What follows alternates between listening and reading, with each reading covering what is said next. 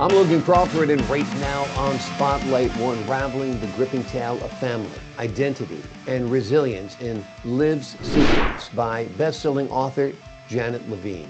This captivating novel delves into the story of the Weisz family, tracing their roots from Lithuania to apartheid-era South Africa, all through the eyes of the family matriarch Liv. As the family's secrets are revealed, Levine takes readers on a deeply emotional journey that explores love, survival, and the search for identity amidst historical upheaval. We're delighted to have this very talented author join us here today on Spotlight. We thank the team at Atticus Publishing for helping us put her in the spotlight today, and we ask viewers like you to support authors like her by subscribing to our channel and by purchasing her amazing book. The links are below this interview. Janet, thank you so much for being our guest here today on Spotlight. Thank you for inviting me.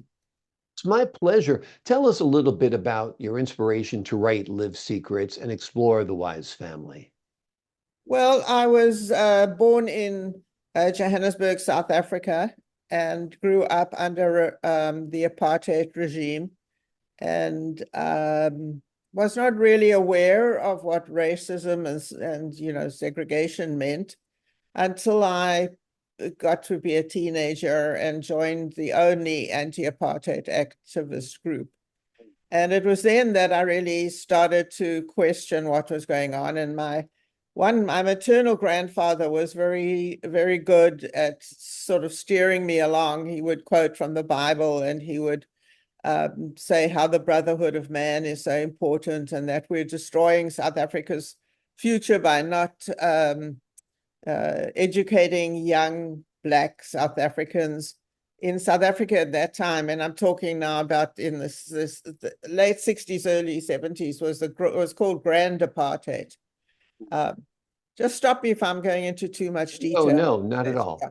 So, so that was it was then that my awakening, I guess, began, and I became a human rights activist and have remained my entire life. So I grew up amid about a 50, 60 person Jewish family, very close, all the cousins and aunts and uncles, and all the meals around the holidays, the Jewish holidays. And I began to ask my older relatives where they came from and who were we and why did we come to South Africa. And that basically became the basis of the story, Liv's Secrets. I really wanted to get across how this tiny minority of Jewish South Africans, at its peak, there were like 180,000 Jewish people in South Africa out of a white population of about 5 million. Mm. So I got the story of that first generation, and I thought, well, that has to be told someday. There's so many immigration stories, especially from Eastern Europe, but none that were fictionalized in South Africa.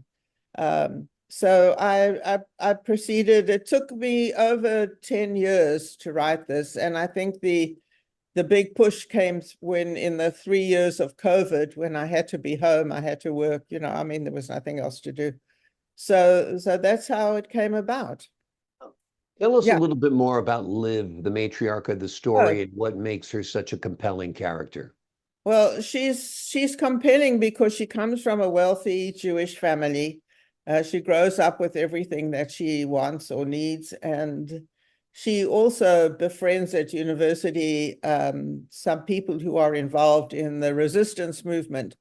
Despite all the draconian laws and rules in South Africa, there was a resistance movement, and a few white people were involved, and she got involved with one of them, and he invited her to various rallies and meetings where they would have police helicopters circling around and people being arrested there. I'm always reminded of our presidents that, the enemy is within. So everybody he didn't like, the government didn't like, was arrested. So from there, she became sort of romantically involved in the movement. And then she was told that because she was white, she was part of the problem. She could never be part of the solution. So she asked the leader who she admired, Robert Sobukwe, can't they use her family? She started to feel very guilty about her family's wealth. And so it was a complex issue for her. So she said, can't you use my wealth? So they said, we can use your house, the resistance, which became the ANC. The ANC became the African National Congress became the main Black body of resistance to apartheid. So they eventually let her join. They used her house as a safe house. And during that time, she also met she was divorced after a very short marriage. And then she met someone she fell in love with, happened to be a woman. So that was, if the first part of my motivation for writing the book was to tell the family story through all these generations, the second part, the second impetus was that I was very aware of how the LGBTQ movement didn't really exist in South Africa. There was no such thing. I mean, it was all in the closet. Nobody was out there. And I just wanted to show another face of apartheid by creating this love affair between these two women, which eventually broke up. And Liv had various other love affairs. So that was my second impetus. The third is that I absolutely love South Africa. It's just beautiful. And it really became the part, what do they say, the place of my heart, some of the areas in South Africa. And so that was, those were really the impulses that led to me working the story. And I do want to say that it's not told sequentially, that I do jump from 1880s on the line of bringing the first generation to South Africa. And then I intertwine the story of Liv and her various love affairs and her growing association with the resistance movement in 1960. And 1960, I was a scholar of history and South African history, and 1960, a very important year in South African history, because that's the year that the government moved from a nominal democratic government to becoming a police state. And if Liv gets caught up in that, and I really don't want to say any more, because I think that Just save it for the book. You don't want enough to of give a away too teaser. much. Yeah, Absolutely.